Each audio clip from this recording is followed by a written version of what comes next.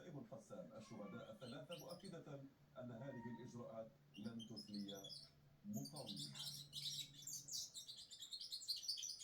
أصيب شابان أيضا فلسطينيان برصاص قوات الاحتلال خلال اقتحام بلدة المغير شمال شرق محافظة رام. كما اعتقلت قوات الاحتلال 3 فلسطينيين واعتدت بالضرب على آخرين.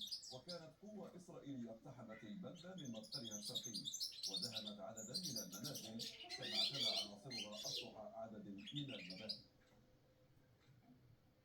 كما اقتحمت قوة الاحتلال الإسرائيلي قرية المفقرة في مسافر يطا جنوب الخليل، وأزاحت خيمة تضامن أقامها نشطاء فلسطينيون احتجاجا على استيلاء المستوطنين على كهف للفلسطينيين في منطقة صارورة القريبة من منازل الفلسطينيين في قرية المفقرة.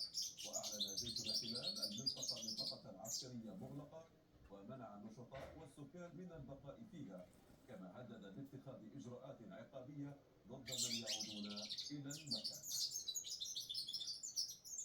متابعة لكل هذه التطورات في الضفة الغربية معنا من تركيا مراسل الجزيرة ليث جعار. ليث.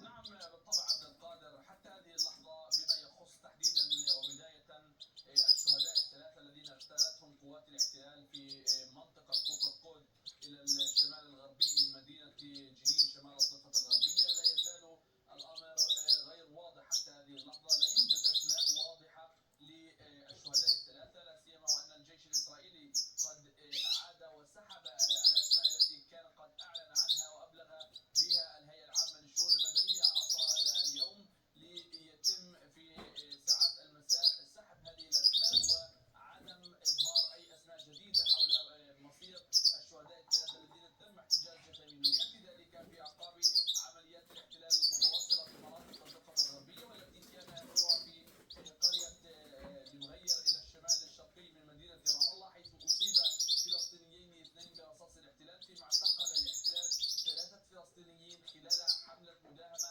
واقتحام صارت مناطق عدة من البلدة. جاء ذلك أيضا في أعقاب إصابة عامل فلسطيني أثناء محاولات اجتياز جدار الفصل العنصري في بلدة الرامة إلى الشمال من مدينة القدس المحتلة. إضافة إلى ذلك عمليات الاقتحام التي نفذها الاحتلال هنا في شمال الضفة الغربية، وتحديدا في قرية عزة وبلدة صارور، حيث داهم الاحتلال محال تجارية ومنازل وعبث بمحتويات الفلسطينيين. يأتي ذلك أيضا بالتزامن مع ما قام به الاحتلال في قرية الفقراء في مسافر يطا جنوبي الخليل، حيث داهم المنطقة وقام بإزالة خيمة للمتضامنين ردا على الاعتداءات المتواصلة بحق الفلسطينيين. يأتي ذلك أيضا بالتزامن مع ما يقوم به الجيش والمستوطنين عبد القادر في مناطق الضفة الغربية، وتحديدا مع موسم قطف الزيتون وحصيلة الاعتداءات